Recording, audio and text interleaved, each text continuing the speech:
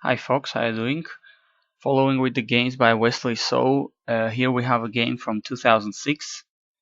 Here we have a game in which Wesley plays with black pieces against somebody rated 2409 called BHAT. Wesley So is only rated to 2254 here, so not in not the strong GM he is nowadays, but sure he shows lots of skills already here, being only a teenager. So let us see. Uh, Wanting to go for the Nimzo Indian defense, White plays knight f3 and Wesley chooses the Queen's Indian defense. Now knight c3. Well, White is arguing that even though Black can still put the bishop on b4 and make this kind of a Nimzo Indian, maybe he says he's ready for play this Nimzo Indian with already Black having committed b7. So Wesley just puts the bishop on b7 and doesn't care about pinning the knight so far. Now a3 is stopping that possibility forever, but Black is on time to strike in the center with d5. Well, following the theory, White takes on d5. Here Black has a couple of options. He takes d5, for instance, is a playable move. There is a famous game, for instance, in which Capablanca with black pieces played this capture and eventually lost a game, a famous game against Sultan Khan in 1930. But well, Wesley takes with the knight. He's just doesn't want to block this diagonal so far. Now, of course, White would like to play e4, but unfortunately, after knight takes, pawn takes, e4 would be hanging. So that's not possible. For White, e3 must be played to develop this light square bishop.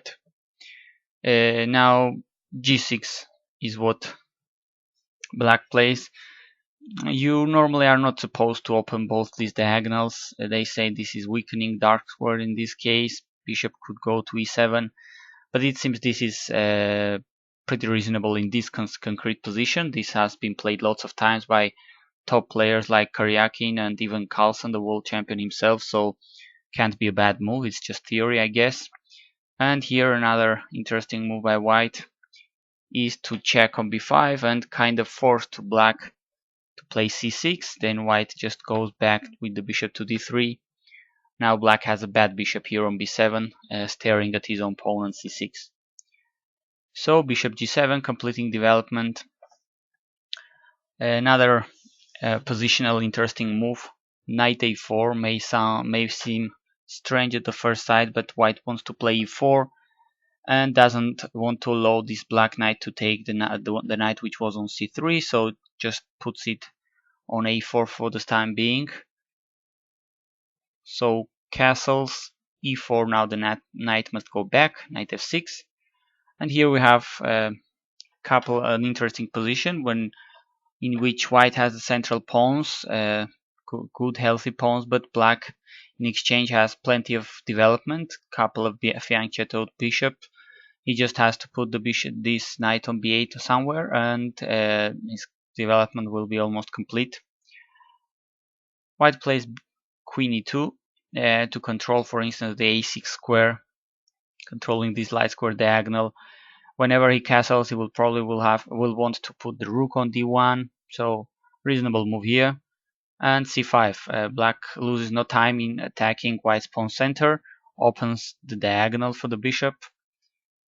Bishop g5, of course, pinning the knight. The e5 threat is always in the air now, and interesting stuff start to happen here. Bishop c6. Black is attacking the unprotected knight on a4 and allows e5 because that wouldn't be on White's favor to match e5. Black just takes on a4 of course White is going to regain the piece here, but this seems a little bit too committal for White. So but just plays b3, protects the knight. And now Black must chase this bishop, h6, bishop back, g5, bishop back, knight h5. White is just not castling yet, and well, playing with his bishop so far. Now he puts the rook on c1, and well, as we will see now, Wesley plays energetically here, losing no time. He first takes on d4. It seems there is some tactics here, so White just goes for the defender of the c6 bishop. White takes on b8. Now the bishop on c6 would be unprotected, but Black has the intermediate move, taking on a4.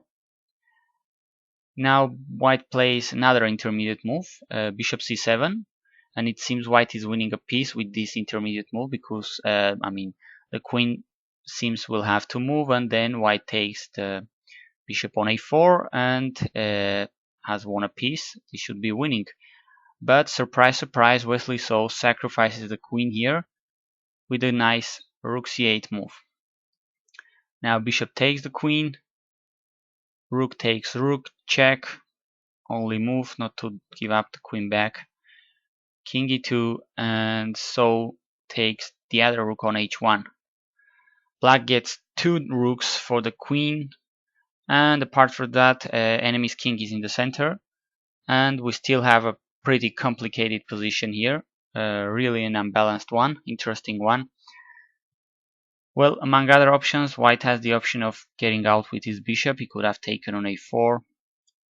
Now rook c8, developing the rook, and knight e1.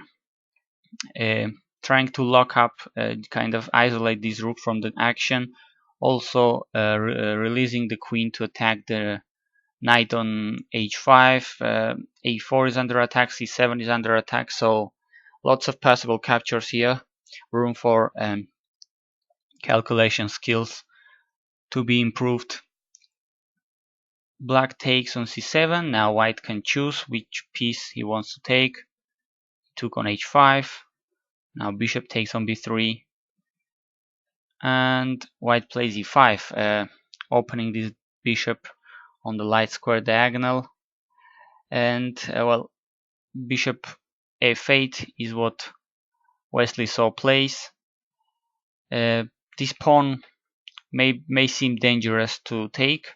Bishop takes e5, and for instance, if White tries to play queen takes h6, it may seem that White has a very dangerous attack, and in fact this is ending really very soon, but in Black's favor, in fact, because this is forced checkmate. A very beautiful line is following here.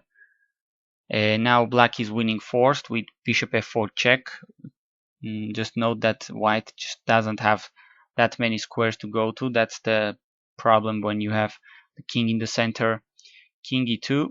Now rook takes e1 check. Very beautiful sacrifice here to checkmate White. And White has 2 options here. If he takes, now the rook comes down, check, king e2, bishop d1 check, king e1, and bishop f3 discovered check with checkmate. And after rook takes e1 check, if White doesn't want to take, is checkmate anyway, king f3. Now bishop d1 check, bishop e2, bishop takes check, king e4, f5 check, king takes d4, and rook c4 checkmate. Really very beautiful combination here. And well, it's a pity Wesley So didn't see that, because I think, well, I guess White was hoping to get some kind of attack here, but I would bet he hadn't seen all this precious combination, checkmating White king in the center. So this was a beautiful line to watch. Well, instead, after e5, Wesley didn't take it. He plays bishop f8, wanting to join with the bishop here in the attack. Queen g4, and bishop takes a3. There is a check available here, which looks good. Queen takes d4. There is a huge threat now to check on d8, take the rook, so bishop d5 stops that. Queen a4 attacks the bishop, keeps attacking the back rank, so bishop back to f8, h3. I don't know, just a wasting time, I guess. Bishop c6, queen g4, rook d7. There is a pin there. Queen c4 not allowing bishop b5. Bishop c5, king e2. Slowly but steadily black is starting to control center, and this king is finally going to find himself in trouble, as you could expect. King g7, queen a6. White really hasn't that much of a plan, hasn't really got that much of an activity here going on, and it's black who slowly outplays white here. Queen c8, bishop a4, and after queen a6, black's plan was to put the rook on b4 and get in through the second rank. Well, bishop c, knight c2 is what white tries to stop black rook from invading, but bishop takes rook b2, and after queen d3, the other rook on the corner is finally free, escapes from jail. Rook c1, this bishop is lost, and the game is over. White gave up. There is no much hope here left.